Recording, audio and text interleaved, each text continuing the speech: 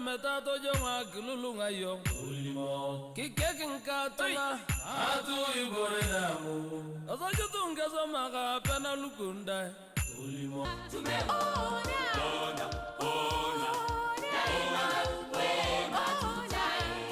msalabani ulitufia ulitupenda dhambi zetu kabeba.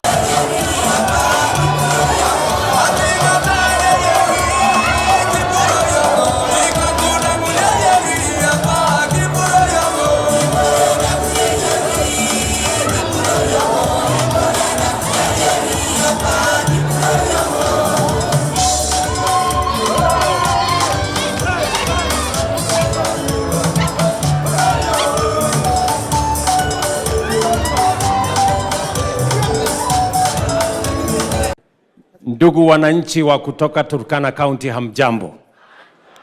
Na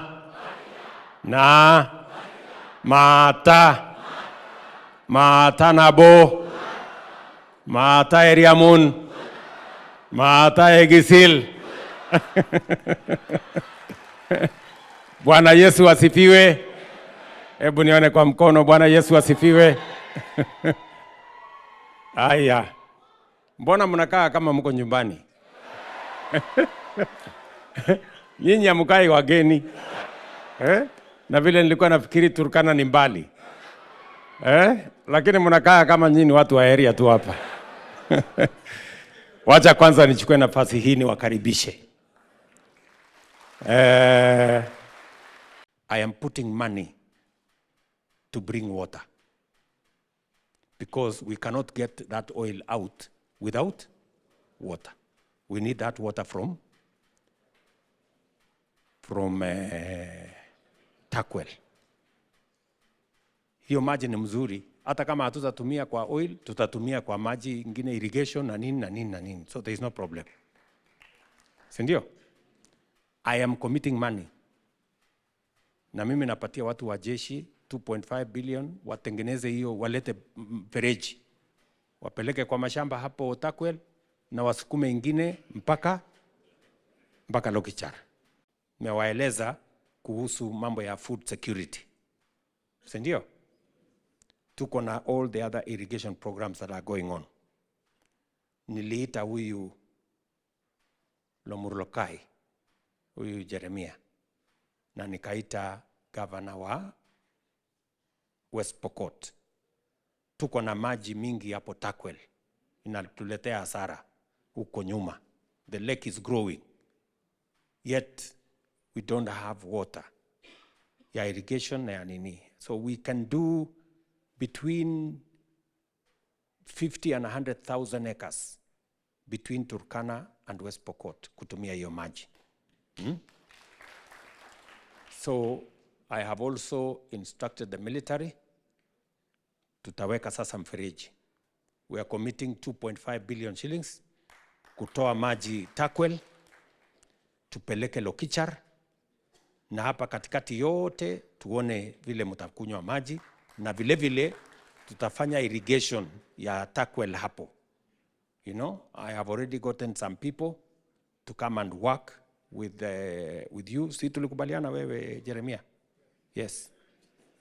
I called Jeremia, nikamwambia waongee na hao wabunge wetu, so that tuwe na what we are doing in Galana, we want to do hapa Takwel.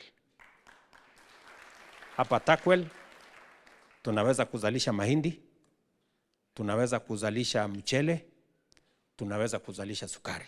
You remember when I was in Tobonglore, niliwaambia kuhusu mambo ya stima. We have now, you know, the program of connecting the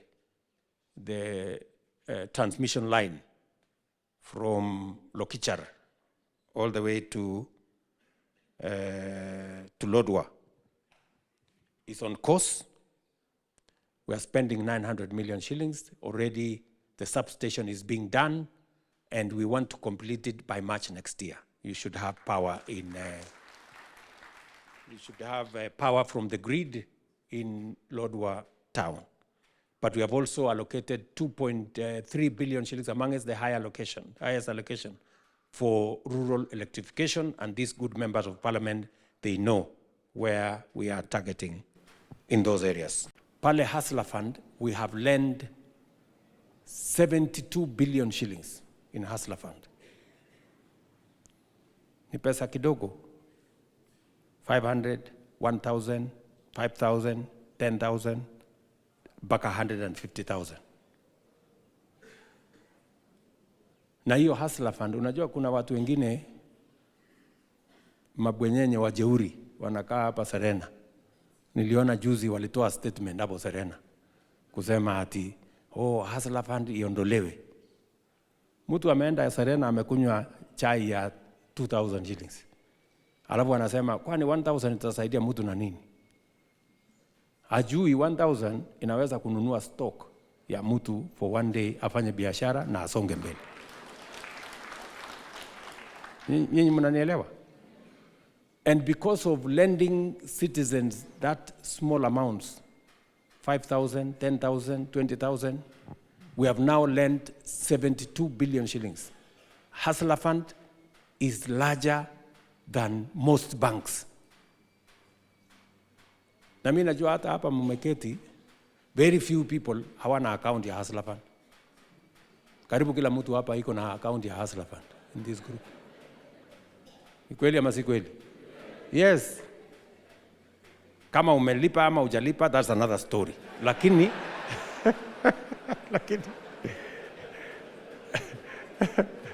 lakini kila mtu hapa iko na account ya Hustler Fund.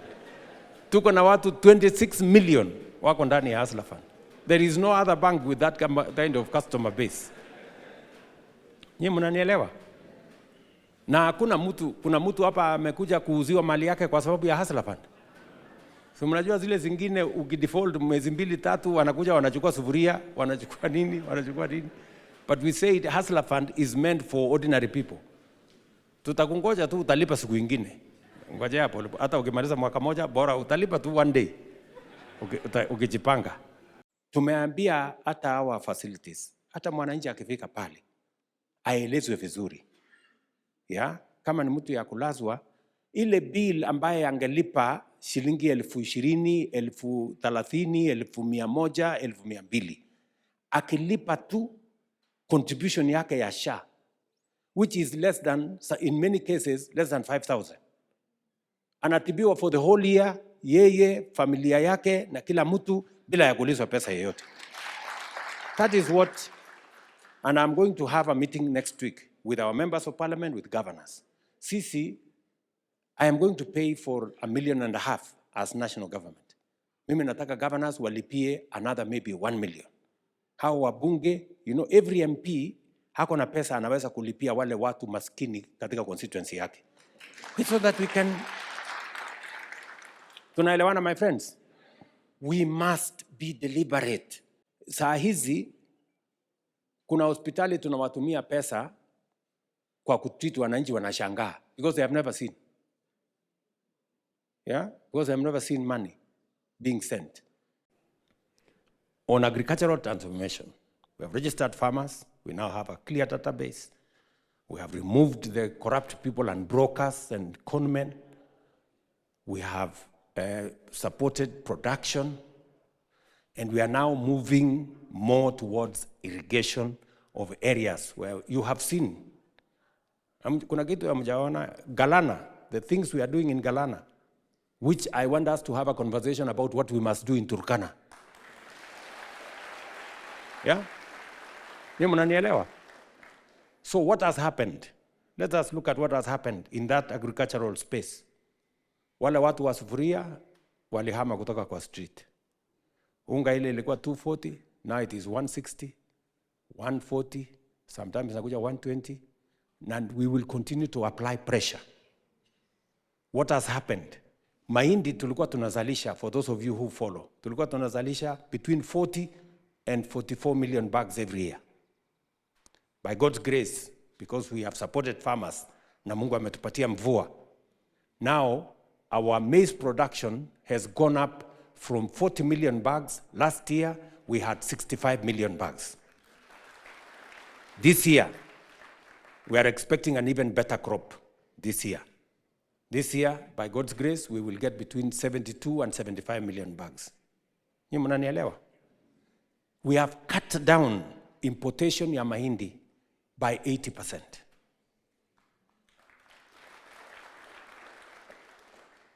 Kahawa, bei ya kahawa imetoka 60 shillings mpaka imefika 140 shillings per kilo. Ask the coffee farmers. We made more money in tea. In 2022, you can check the statistics. We got 138 billion from tea sales. Last year, we got 215 billion from tea sales.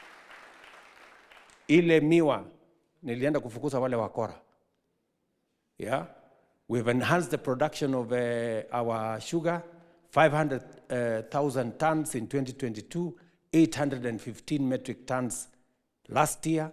And I want to promise you, as I promised the people of Kenya, in the next 3 years, Kenya will be a net exporter of sugar. Wakulima wameongeza area ya kupanda sugar because they can now see profit. Mimi nataka nishukuru counties, wametengeneza ile inaitwa facility improvement fund in every facility. Sasa pesa hatutumi tena kwa county. Hospitali kama ni dispensary, tunatuma pesa direct to the dispensary. Ni mnanielewa?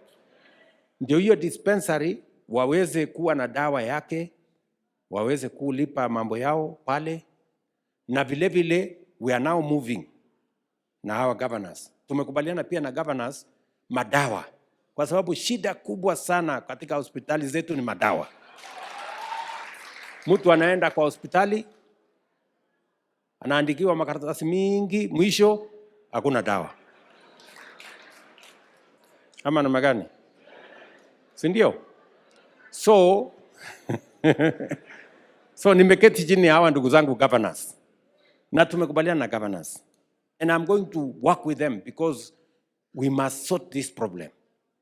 Sasa KEMSA, tumepatia pesa KEMSA another 10 billion ya kuhakikisha kwamba kuna madawa hapa KEMSA every day. Sasa ile kazi iko. We are now working the channel. Hatutaki dawa tena itoke Nairobi iende Lodwar. Hapana. Tunataka dawa itoke Nairobi iende kwa hospitali ile iko pale. Kama ni dispensary, from Nairobi to the dispensary. Kama ni health center, from Nairobi to the dispensary. Sijui kama tunaelewana. Tuko pamoja? So we are straightening that. Because for a very long time, tunazungushana. Na unajua shida ya Kenya ni kwamba people don't want to make the right decisions because they are not necessarily popular. But we must make them to change our nation. Nimesema, let everybody pay in accordance with their income. Si ndio? Sisi tulia na mshahara kubwa, mimi nalipa 40 every month, 40,000. Nilikuwa nalipa 1,000. Because it was not fair. Ama namna gani, my friends? Na sasa tumesema wale hawana uwezo ya kulipa hata hiyo 300, sasa kwa sababu sisi tunalipa zaidi, we have the money now to pay for them, wale ambao hawana uwezo wa kulipa. So from next week, God willing, from next week, we are now going to pay for the 1.5 million Kenyans who have no capacity to pay. We will pay for them. Sijui kama tumekubaliana watu wa Turkana. So we have changed. And I am very happy that hata kama watu wananipigia kelele wale wanalipa zaidi, lakini that is how we are going to have a nation where nobody has to sell their property, mtu asiuze shamba, mtu asiuze ng'ombe, ati anaenda kulipa bili ya hospitali. Na ndio sasa hapo kwa SHA tumesema kila mtu ajiandikishe. Na unajiandikisha for 2 reasons.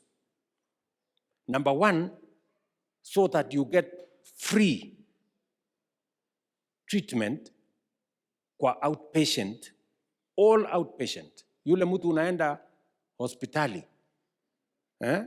unaenda hospitali, dispensary, health center, level 3, level 4, sub-county hospital, unaenda hapo, unatibiwa, unadungwa sindano, unapatiwa dawa, unaenda nyumbani na usiitishwe hata shilingi moja. You go home. Mnanielewa?